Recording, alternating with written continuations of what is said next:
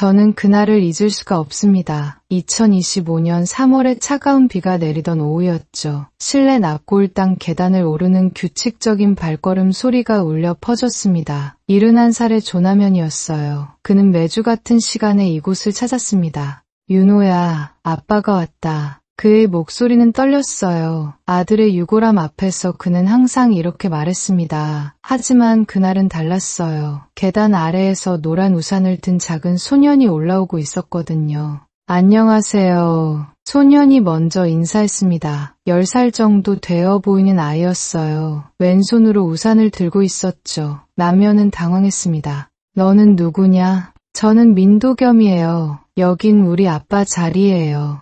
아이의 말에 남현은 멈춰섰어요. 아이가 가리킨 곳은 윤호의 납골함 바로 옆이었습니다. 그곳에는 작은 액자가 하나 놓여 있었어요. 액자 귀퉁이에 붉은 만년필 자국이 희미하게 보였죠. 아빠가 누구냐? 조윤호요. 그 순간 남현의 세상이 멈췄습니다. 아이의 후드에서 라벤더 향이 희미하게 풍겨왔어요. 어디선가 맡아본 익숙한 냄새였습니다. 아이의 왼쪽 귓불 밑에는 작은 점이 하나 있었어요. 엄마는 어디 있냐?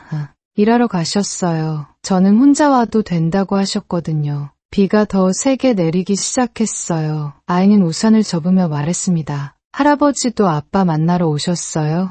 남현은 대답할 수 없었어요. 목이 메었거든요. 4년 전 윤호가 세상을 떠난 후 그는 혼자라고 생각했습니다. 하지만 이 아이가 있었던 거예요. 윤호의 아들이. 아이는 작은 손으로 액자를 정성스럽게 닦았어요. 그리고는 조용히 말했습니다. 아빠, 오늘도 왔어요. 그 모습을 보며 남현은 깨달았어요. 자신이 정말 혼자가 아니었다는 걸, 그동안 몰랐던 가족이 있었다는 걸. 하지만 동시에 의문이 들었죠. 왜 지금까지 몰랐을까요? 왜 아무도 말해주지 않았을까요? 비는 계속 내렸고 두 사람은 나란히 서서 윤호를 바라봤어요. 한 사람은 아버지로서, 한 사람은 아들로서. 그날부터 모든 것이 시작되었습니다. 저는 조남현의 과거를 알아야 했어요. 그래야 지금의 상황을 이해할 수 있을 테니까요. 1954년에 태어난 그는 가난한 농가의 막내 아들이었습니다. 어릴 때부터 가난을 벗어나는 것이 유일한 목표였죠. 돈이 있어야 사람 대접받는다. 아버지가 늘 하던 말이었어요. 그래서 남현은 미친 듯이 공부했습니다. 새벽 4시에 일어나 논의를 도우고 학교 갔다 와서는 밤늦게까지 책을 봤어요. 손에는 늘 굳은 살이 박여 있었죠. 25에 건설회사를 차렸어요. 미처는 고작 30만 원이었습니다. 하지만 그는 포기하지 않았어요. 하루에 18시간씩 일했죠. 직접 현장에 나가 삽질도 하고 밤에는 회계까지 봤어요. 이번 달도 적자네. 장부를 보며 한숨 쉬던 날들이 몇 년 계속됐어요. 그러다 운이 따랐습니다. 정부 건설 사업에 하청으로 들어가게 된 거죠. 그때부터 회사가 커지기 시작했어요. 35에 결혼했습니다. 아내 이순희는 온화한 성격의 여자였어요. 남현보다 5살 어렸죠. 하지만 남현은 가정보다 일이 우선이었어요. 아내가 임신했을 때도 출장 중이었습니다. 여보, 애가 태어났어요. 전화로 들은 윤호의 첫 울음소리. 그때의 감정을 남현은 제대로 표현할 수 없었어요. 기쁜 건지 부담스러운 건지 아버지가 된다는 게 뭔지 몰랐거든요. 윤호가 자라면서 남현은 더 바빠졌어요. 건설업에서 물류업으로 사업을 확장했거든요. 아들과 보내는 시간은 줄어들었죠. 주말에도 골프장에서 비즈니스 미팅을 했어요. 아빠, 이번 주말에는 같이 놀아요. 윤호의 조르는 목소리. 하지만 남현은 늘 바빴어요. 대신 돈을 줬죠. 용돈을, 장난감을, 비싼 옷을, 사랑을 물질로 대신했던 거예요. 아내가 아팠을 때도 마찬가지였어요. 2019년 순이가 암 진단을 받았습니다. 남현은 최고의 병원을 알아봤어요. 가장 비싼 치료를 받게 했죠. 하지만 곁에 있어주지는 못했어요. 여보, 손 좀 잡아주세요. 병실에서 들려온 아내의 목소리. 하지만 남현은 중요한 계약 때문에 자리를 비웠어요. 그게 아내와 나눈 마지막 대화였습니다. 순이는 혼자 세상을 떠났어요. 장례식에서 윤호가 말했어요. 아버지, 엄마가 아버지를 기다렸어요. 그때서야 남편은 깨달았어요. 자신이 얼마나 많은 걸 놓쳤는지. 하지만 이미 늦었죠. 아내도 아들과의 시간도 다 지나가 버렸어요. 남편은 그때부터 더욱 일에만 매달렸습니다. 후회를 잊기 위해서요. 저는 윤호와 서진의 이야기를 들어야 했어요. 도겸이 어떻게 태어났는지 알아야 했거든요. 2012년 윤호는 29이었습니다. 대학 졸업 후 아버지 회사에서 일하고 있었죠.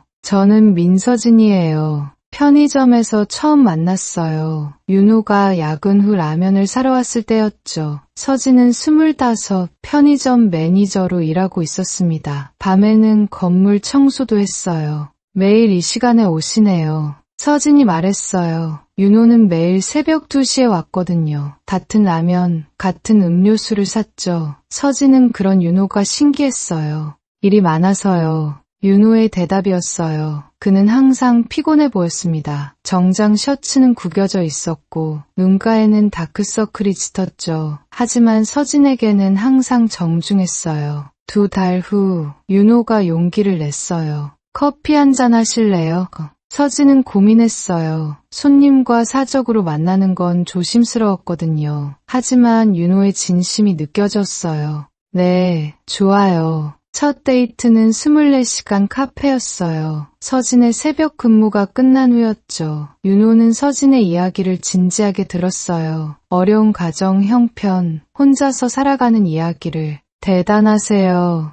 윤호가 말했어요. 진심이었죠. 서진의 강단과 정의감이 멋있었어요. 자신과는 너무 다른 삶이었지만 그래서 더 끌렸습니다. 교제는 은밀하게 이어졌어요. 윤호는 아버지에게 말하지 못했어요. 서진의 배경을 알면 반대할 게 뻔했거든요. 대신 2사람만의 시간을 가졌죠. 라벤더 비누예요. 서진이 윤호에게 선물했어요. 고체 비누였죠. 윤호는 그 향을 좋아했어요. 그때부터 항상 가지고 다녔습니다. 2014년 윤호가 결혼 이야기를 꺼냈어요. 아버지께 소개하고 싶어요. 하지만 서진은 망설였어요. 자신의 배경이 부담스러웠거든요. 고등학교 졸업이 전부였고 변변한 직업도 없었어요. 제가 윤호 씨에게 맞을까요? 서진의 고민이었어요. 하지만 윤호는 확신했죠. 저에게는 서진 씨가 최고예요. 그러던 중 서진이 임신했어요. 2015년 초였습니다. 2사람은 기뻤지만 걱정도 됐어요. 아직 남편에게 관계를 알리지 못했거든요.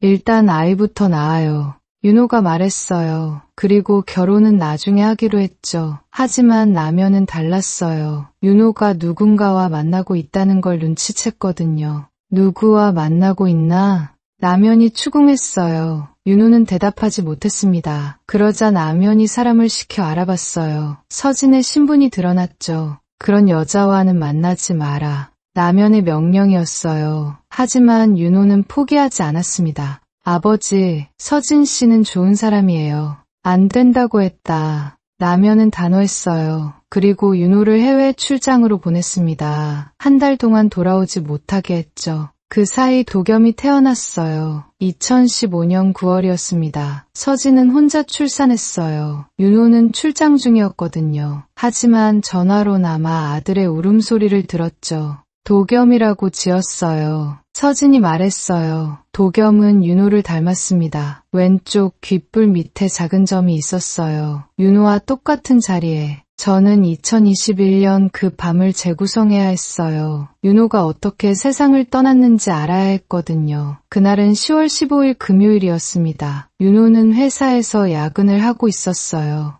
또 야근이네. 윤호가 혼잣말했어요. 시계는 밤 11시를 가리키고 있었죠. 책상 위에는 빈 커피컵이 3개나 놓여 있었어요. 카페인을 너무 많이 섭취했던 거예요. 오세라가 전화를 걸어왔어요. 윤호 씨, 언제 들어와요? 오세라는 윤호의 법적 부인이었어요. 2019년에 결혼했지만 실질적인 부부는 아니었죠. 남편이 정한 정략 결혼이었어요. 곧 들어갈게요. 윤호의 대답이었어요. 하지만 몸이 무거웠어요. 커피를 너무 많이 마셔서 속이 쓰렸죠. 손도 미세하게 떨렸어요. 대리 불러드릴까요? 비서가 물었어요. 윤호의 상태가 좋지 않아 보였거든요. 하지만 윤호는 고개를 저었어요. 괜찮아요. 집까지는 20분 거리였어요. 평소 같으면 문제없을 거리였죠. 하지만 그날은 달랐어요. 카페인 과다로 집중력이 떨어져 있었거든요. 차에 타기 전 윤호는 서진에게 문자를 보냈어요. 도겸이 잘 자고 있어요. 사랑해요. 서진의 답장이었어요. 윤호는 미소 지었어요. 도겸이 6살이 되어서 그림을 잘 그렸거든요. 왼손으로 크레용을 잡고 아빠를 그렸죠. 오세라가 또 전화했어요. 집이 가까우니까 그냥 와요. 대립이 아까워요. 오세라의 말이었어요. 그녀는 항상 돈을 아꼈거든요. 특히 윤호 관련해서는 더욱 그랬어요. 윤호는 사실 오세라를 좋아하지 않았어요. 하지만 아버지 때문에 어쩔 수 없었죠. 알겠어요. 윤호가 답했어요. 그리고 시동을 걸었습니다. 손이 계속 떨렸어요. 어지럼증도 있었죠. 하지만 참았어요. 운전 중에 윤호는 녹음기를 켰어요. 평소 습관이었거든요. 읽기 대신 음성으로 하루를 정리했어요. 오늘도 피곤한 하루였다. 도겸이가 그림을 그려줬는데 정말 잘 그리더라. 아버지께 언젠가는 소개해드리고 싶다. 윤호의 목소리는 흔들렸어요. 피로와 카페인 때문이었죠. 신호등에서 잠깐 눈을 감았어요. 너무 졸렸거든요. 아버지, 언점과 도겸을 부탁드립니다. 녹음기에 남은 마지막 말이었어요. 그 순간 윤호의 차가 중앙선을 넘었습니다. 마주 오던 트럭과 정면 충돌했어요. 사고는 순식간에 일어났어요. 윤호는 즉사했습니다. 현장에는 깨진 라벤더 비누와 붉은 만년필이 흩어져 있었어요. 녹음기는 다행히 파손되지 않았죠. 오세라가 현장에 왔을 때는 이미 늦었어요.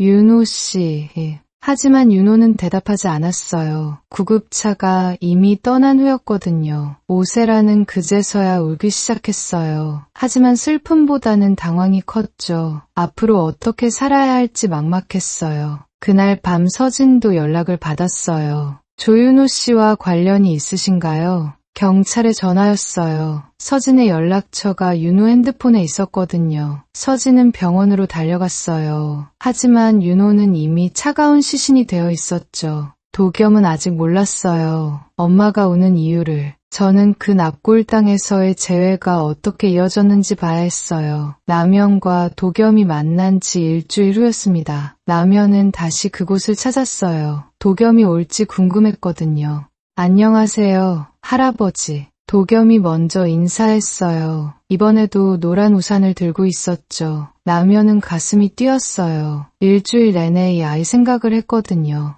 너 혼자 왔냐? 네, 엄마는 이래요. 도겸의 대답이었어요. 아이는 윤호의 납골함 앞에 작은 그림을 놓았습니다. 크레용으로 그린 가족 그림이었어요. 아빠, 엄마, 자신이 함께 있는 그림. 그림 잘 그리는구나. 남현이 말했어요. 정말 솜씨가 좋았거든요. 특히 색감이 뛰어났어요. 아빠가 그림 그리라고 했어요. 도겸이 자랑스럽게 말했어요. 그때 뒤에서 발걸음 소리가 들렸습니다. 높은 하이힐 소리였어요. 도겸아, 거기서 뭐해? 오세라였어요. 45살의 그녀는 전신 명품으로 치장하고 있었죠. 하지만 얼굴은 창백했어요. 저기요, 아이가 누구예요? 오세라가 남현에게 물었어요. 하지만 남현은 대답하지 않았습니다. 대신 도겸을 바라봤어요. 할아버지, 저 아줌마가 누구예요?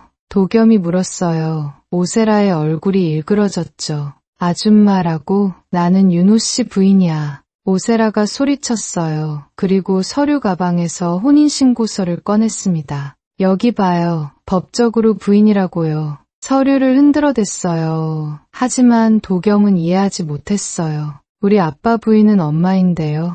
아이의 순진한 말에 오세라는 더욱 흥분했어요. 무슨 소리야? 내 엄마는 누구야? 민서진이에요. 도겸의 대답에 오세라의 얼굴이 굳었어요. 그 이름을 들어본 적이 있었거든요. 윤호가 가끔 언급했던 이름. 설마... 오세라가 중얼거렸어요. 그때 남현이 입을 열었습니다. 당신은 누구요? 저는 조윤호의 법적 부인 오세라입니다. 이 아이가 누구냐고 묻는 거예요. 오세라가 다시 소리쳤어요. 하지만 남현은 차분했습니다. 내 손자다. 짧고 단호한 대답이었어요. 오세라는 믿을 수 없다는 표정을 지었죠. 손자라고요? 말도 안 돼요. DNA 검사라도 해볼까? 남연의 제안에 오세라는 당황했어요. 사실 그녀도 윤호에게 다른 여자가 있다는 걸 알고 있었거든요. 하지만 아이까지 있을 줄은 몰랐어요. 아니에요. 윤호 씨는 저랑만.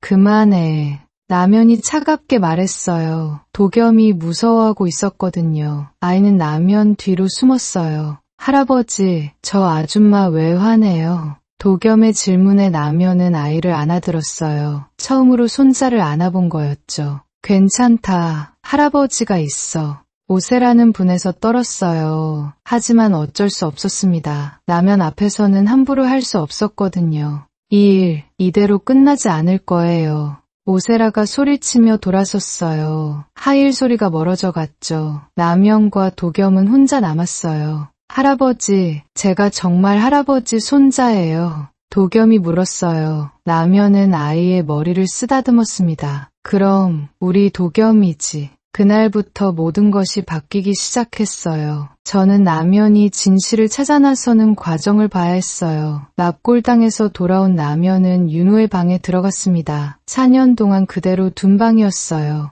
뭔가 있을 거야. 남연은 확신했어요. 윤호가 도겸의 존재를 숨길 리 없었거든요. 어딘가에 기록이 있을 거라고 생각했어요. 책상 서랍부터 뒤졌어요. 하지만 특별한 건 없었습니다. 옷장도 마찬가지였어요. 그때 침대 밑에서 작은 상자를 발견했어요. 이게 뭐지? 상자 안에는 도겸의 사진들이 있었어요. 갓난아기 때부터 6살까지 모든 성장 과정이 담겨 있었죠. 뒷면에는 윤호의 필체로 날짜가 적혀 있었어요. 2015년 9월 25일 도겸이 첫 웃음, 2016년 3월 2일 도겸이 첫걸음. 윤호가 얼마나 아들을 사랑했는지 알 수 있었어요. 하지만 녹음기는 없었습니다. 남연은 더 찾아봤지만 발견하지 못했어요. 다음 날 남연은 박강우에게 전화했어요. 윤호의 대학 동기였죠. 강우야, 만나자.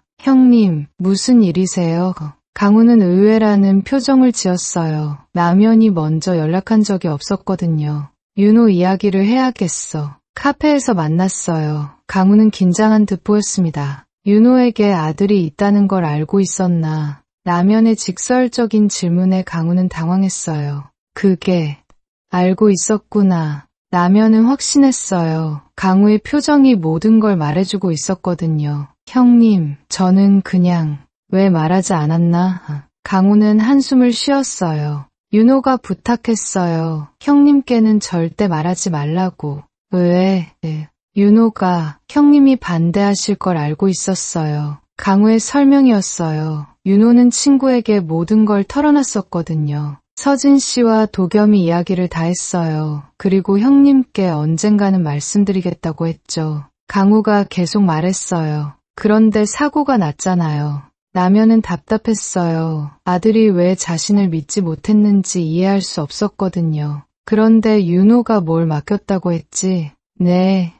강우가 당황했어요. 윤호가 뭔가 맡기지 않았나. 남연의 추궁에 강우는 망설였어요. 잠시 후 가방에서 봉투 하나를 꺼냈습니다. 이걸 맡겼어요. 봉투에는 아버지께라고 적혀 있었어요. 윤호의 필체였죠. 언제부터 가지고 있었나? 사고 나기 한 달 전에 받았어요. 혹시 모를 일에 대비해서라고 하더군요. 남연의 손이 떨렸어요. 봉투를 열자 공증된 유언장이 나왔습니다. 그리고 작은 녹음기 하나도. 아버지께서 이걸 보시면 제가 더 이상 없다는 뜻이겠죠. 윤호의 목소리가 녹음기에서 흘러나왔어요. 서진 씨와 도겸이를 부탁드려요. 제 잘못이에요. 용기가 없어서 말씀드리지 못했어요. 남연은 눈물이 났어요. 아들이 이렇게까지 준비했다는 게 마음 아팠거든요. 도겸이는 제 아들이에요. DNA 검사 결과도 함께 넣어뒀어요.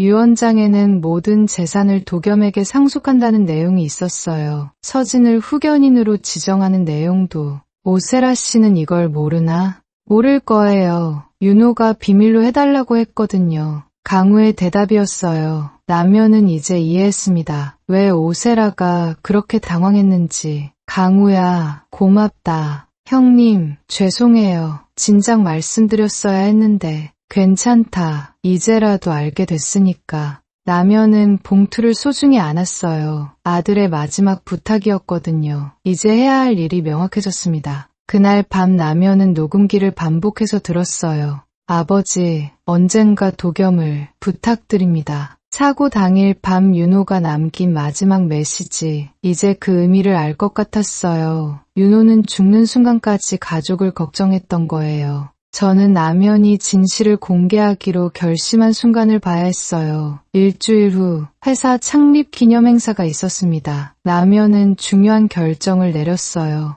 서진 씨와 도겸이를 모셔와 비서에게 지시했어요. 비서는 당황했습니다. 사장님, 누구를 말씀하시는 건가요? 내 며느리와 손자다. 라면의 단호한 대답에 비서는 더욱 혼란스러웠어요. 하지만 지시를 따를 수밖에 없었죠. 행사장에는 100여 명의 사람들이 모였어요. 직원들과 거래처 사람들이었죠. 오세라도 당연히 참석했습니다. 윤호 씨 부인 자리예요. 오세라가 안내를 받으며 자리에 앉았어요. 값비싼 드레스를 입고 있었죠. 하지만 표정은 어두웠어요. 최근 투자 손실 때문에 어려운 상황이었거든요. 엄마, 여기 정말 큰 건물이네요. 도겸이 신기해했어요. 처음 와보는 곳이었거든요. 서진은 불편해했어요. 도겸아, 조용히 해야 해. 괜찮습니다. 우리 도겸이니까. 라면이 말했어요. 그리고 도겸의 손을 잡았죠. 주변 사람들이 수근거리기 시작했어요. 저 아이가 누구지?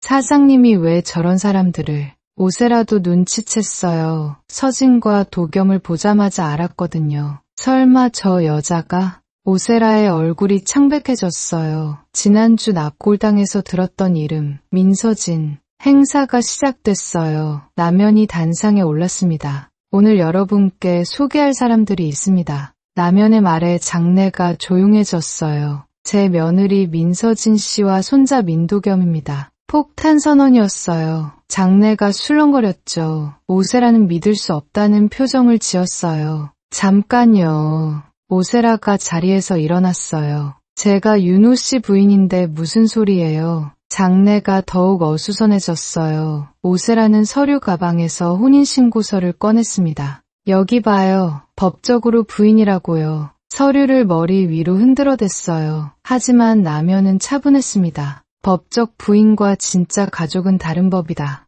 라면의 말에 오세라는 더욱 흥분했어요. 무슨 소리예요. 저도 가족이라고요. 당신은 계약 관계였을 뿐이다. 라면의 냉정한 말에 오세라는 충격을 받았어요. 주변 사람들의 시선이 따가웠거든요. 사장님, 이건 너무하잖아요. 진실을 말한 것뿐이다. 라면은 흔들리지 않았어요. 그리고 도겸을 무대로 불렀습니다. 도겸아, 인사해봐. 안녕하세요. 저는 민도겸이에요. 도겸의 순진한 인사에 사람들은 어리둥절했어요. 아이는 윤호를 닮았거든요. 특히 눈매가 똑같았어요. 오세라는 견디지 못하고 뛰쳐나갔어요. 창피해서 더 이상 있을 수 없었거든요. 하지만 라면은 신경 쓰지 않았어요. 앞으로 도겸이가 우리 가족입니다. 라면의 선언에 박수가 터져나왔어요. 하지만 모든 사람이 진심은 아니었죠. 뒤에서 수근거리는 소리가 들렸어요. 갑자기 손자가 나타났네.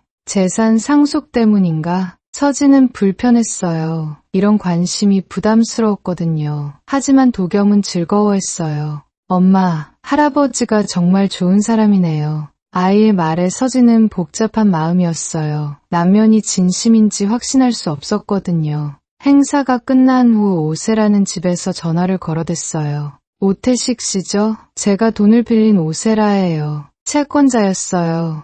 오세라는 투자 실패로 큰 빚을 졌거든요. 돈 갚을 방법이 생겼어요. 조금만 기다려주세요. 하지만 오태식은 차갑게 대답했어요. 이미 충분히 기다렸어요. 더 이상은 안 돼요. 오세라는 절망적이었어요. 이제 윤호의 재산마저 위험해졌거든요. 저는 법적 다툼이 시작된 과정을 봐야 했어요. 오세라는 변호사를 찾아갔습니다. 윤호의 재산을 지키기 위해서였어요. 유언장이 있다고요? 변호사가 놀라며 물었어요. 오세라는 아무것도 몰랐거든요. 네, 윤호 씨가 남긴 유언장이 있답니다. 남현의 변호사가 법원에 제출한 서류였어요. 공증까지 받은 정식 유언장이었죠. 필적 감정을 신청하겠어요. 오세라의 변호사가 말했어요. 하지만 결과는 명확했습니다. 윤호의 글씨가 확실했거든요. 이건 진짜 윤호 씨 글씨네요. 감정 결과였어요. 오세라는 당황했습니다. 그럼 제가 받을 건 없다는 소리예요. 유언장에 따르면 배우자 상속분은 최소한으로 제한돼요. 변호사의 설명이었어요. 윤호가 오세라를 배려하지 않았던 거죠. 법정에서 공판이 열렸어요. 남현과 서진, 도겸이 한쪽에 앉았고 오세라가 반대편에 앉았어요. 증인을 부르겠습니다. 박강우가 증인석에 섰어요. 윤호 씨로부터 직접 유언장을 받으셨나요? 네, 2021년 9월에 받았습니다. 강우의 증언이었어요. 그때 윤호 씨가 뭐라고 하던가요? 혹시 모를 일에 대비해서라고 했어요. 그리고 절대 비밀로 해달라고 부탁했죠. 왜 비밀로 해야 했을까요?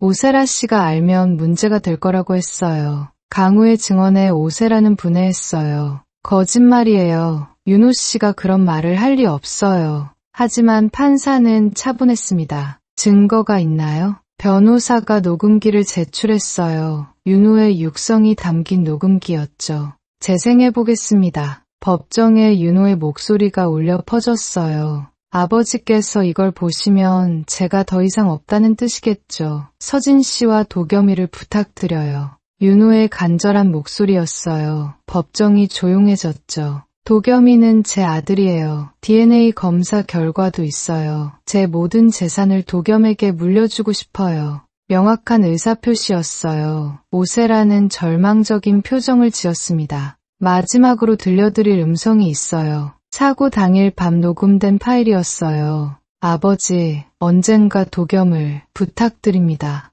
윤호의 마지막 메시지. 법정에 있던 모든 사람이 숙연해졌어요. 판사가 판결을 내렸어요. 유언장의 효력을 인정합니다. 피상속인의 의사가 명확함으로 유언장에 따라 상속을 집행하겠습니다. 남현이 이겼어요. 도겸이 윤호의 정당한 상속자로 인정받은 거였죠. 하지만 판사가 추가로 말했어요. 다만 유언장 은닉 의혹에 대해서는 별도 수사가 필요해 보입니다. 오세라의 얼굴이 창백해졌어요. 유언장을 숨겼다는 혐의였거든요. 수사기관에 의뢰하겠습니다. 판사의 말에 오세라는 절망했어요. 재산도 잃고 형사처벌까지 받을 상황이 된 거였죠. 법정을 나서며 남현이 말했어요. 이제 끝났다. 하지만 서진은 불안했어요. 오세라의 보복이 두려웠거든요. 정말 괜찮을까요?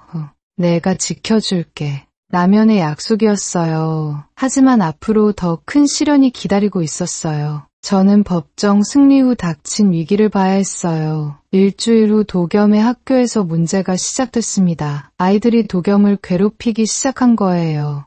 야, 왼손잡이 이상해. 내 아빠 진짜 죽었어? 엄마가 돈 때문에 할아버지한테 갔다며? 아이들의 놀림이었어요. 언론에 보도된 후 소문이 퍼진 거였죠. 도겸은 매일 울면서 집에 왔어요. 엄마, 학교 가기 싫어요. 도겸의 말에 서진은 마음이 아팠어요. 10살 아이가 감당하기엔 너무 무거운 일들이었거든요. 담임 최미라 선생님이 전화했어요. 어머님, 도겸이가 요즘 많이 힘들어해요. 네, 집에서도 그래요. 전학을 고려해보시는 게 어떨까요? 선생님의 조심스러운 제안이었어요. 서진은 고민됐습니다. 도겸이 또다시 새로운 환경에 적응해야 하는 게 걱정됐거든요. 조금만 더 기다려보면 안 될까요? 아이들 사이에서 소문이 계속 돌고 있어요. 도겸이가 더 상처받을까봐 걱정돼요. 결국 서진은 남현에게 상황을 알렸어요. 할아버지, 도겸이가 학교에서 힘들어해요.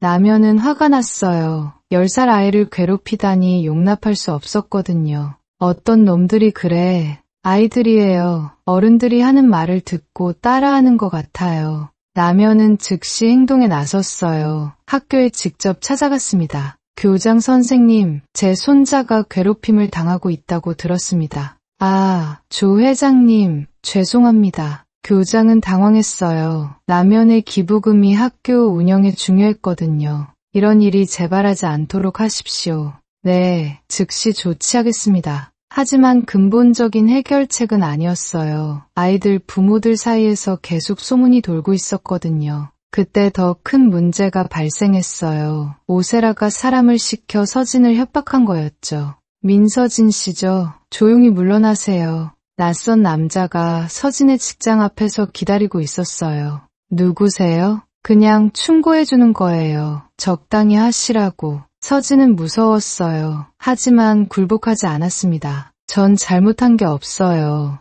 아이까지 생각해보세요. 남자의 협박에 서진은 더욱 화가 났어요. 제 아들에게 손대면 가만두지 않을 거예요. 남자는 비웃으며 사라졌어요. 하지만 서진은 신고했습니다. 경찰이 CCTV를 확인한 결과 오세라와 연관된 인물이었어요. 오세라 씨가 배후에 있는 것 같습니다. 경찰의 설명이었어요. 남현은 분노했습니다. 감히 내 가족을 협박해. 남현은 즉시 오세라를 불러냈어요. 당신이 지시한 거지? 무슨 소리예요? 오세라는 발뺌했지만 소용없었어요. 증거가 있었거든요. CCTV에 다 나와 있어. 더 이상 우리 가족에게 접근하지 마. 남현의 경고였어요. 오세라는 궁지에 몰렸습니다. 채권자들의 압박도 심해지고 있었거든요. 조 회장님, 제발 도와주세요. 저도 윤호 씨 부인이었잖아요. 당신은 이미 선을 넘었어.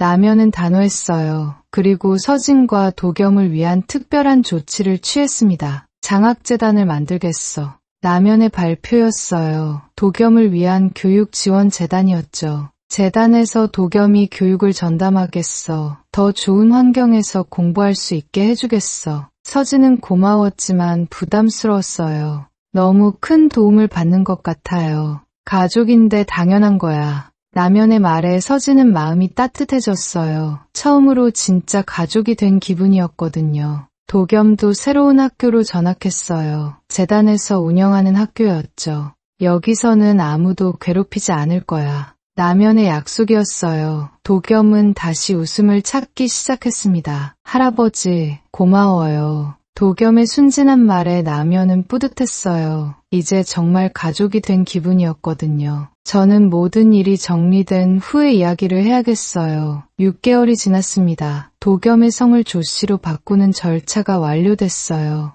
이제 조도겸이구나. 남현이 호적등본을 보며 말했어요. 정식으로 손자가 된 거였죠. 도겸은 신기해했어요. 할아버지랑 같은 성이에요. 아이의 기쁜 목소리에 남현은 웃었어요. 이런 행복이 있다는 걸 처음 알았거든요. 오세라는 결국 유언장 은닉 혐의로 기소됐어요. 실형은 피했지만 집행유예를 받았죠. 윤호의 재산도 모두 잃었고 채권자들에게 쫓기는 신세가 됐어요. 자업자득이야. 남현은 동정하지 않았어요. 오세라가 먼저 선을 넘었거든요. 서진은 편의점 일을 그만두고 재단 일을 도왔어요. 남현이 제안한 거였죠. 우리 도겸이 엄마가 일하는 모습을 보고 배워야지. 서진은 처음엔 망설였어요. 하지만 도겸을 위해서라면 뭐든 할 수 있었죠. 회사에서는 도겸의 그림 전시회를 열었어요. 아이가 그린 가족 그림들이었죠.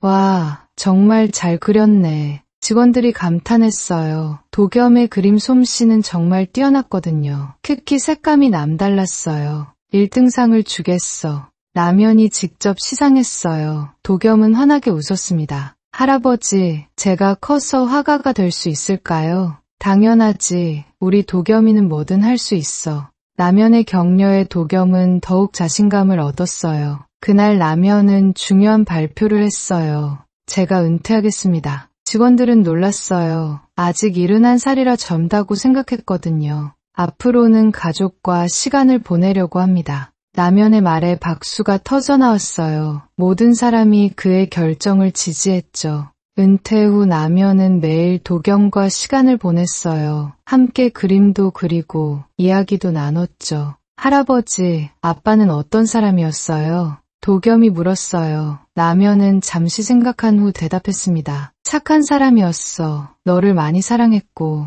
저도 아빠를 사랑해요. 도겸의 말에 남현은 울컥했어요. 윤호가 살아있다면 얼마나 기뻐했을까 싶었거든요. 납골당에도 자주 갔어요. 이제는 세 가족이 함께. 윤호야, 아빠가 도겸이 잘 키우고 있어. 남현이 윤호에게 말했어요. 할아버지, 아빠도 들을 수 있어요? 당연하지. 하늘에서 다 보고 있어. 도겸은 윤호의 사진에 대고 말했어요. 아빠, 저 잘 지내고 있어요. 할아버지가 정말 좋아요. 그날 서진이 남현에게 말했어요.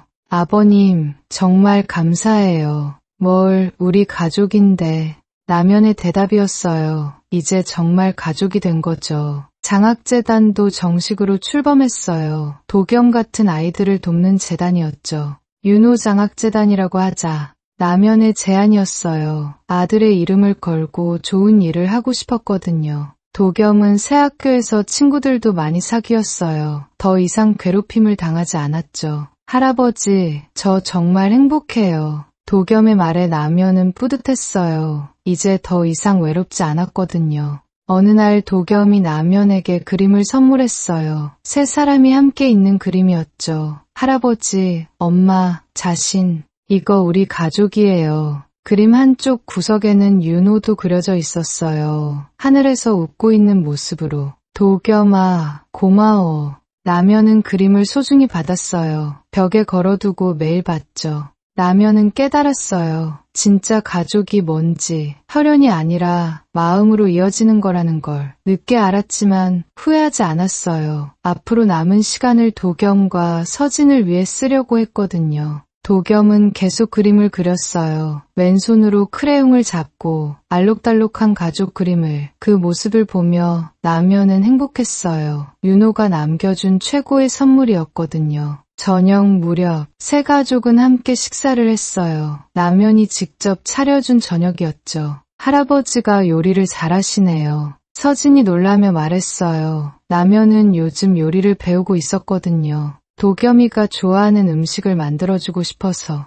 남현의 말에 도겸은 뿌듯했어요. 할아버지, 정말 맛있어요. 아이의 칭찬에 남현은 기뻤어요. 이런 소소한 행복이 이렇게 큰 의미였다는 걸 이제서야 알았거든요. 라벤더 고체비누도 발견했어요. 윤호의 유품을 정리하다가 찾은 거였죠. 영수증까지 남아 있었어요. 이거 도겸이한테서 맡은 향이네. 서진이 기억했어요. 윤호가 항상 이 비누를 써서 도겸이 옷에도 그 향이 배어 있었던 거였죠. 아빠가 좋아했던 향이에요. 도겸이 말했어요. 지금도 가끔 이 향을 맡으면 아빠가 생각난다고 했죠. 윤호의 어린 시절 사진도 찾았어요. 왼손으로 펜을 잡고 있는 모습이 담긴 동영상도 있었어요. 도겸과 똑같은 버릇이었죠. 정말 닮았구나. 남현이 감탄했어요. 귓불 밑점의 위치까지 완전히 같았거든요. 붉은 만년필도 의미가 있었어요. 윤호가 대학 때부터 쓰던 펜이었죠. 같은 잉크로 액자에 자국이 남았던 거였어요. 오세라가 몰래 액자를 바꾸면서 실수로 생긴 자국이었던 거죠.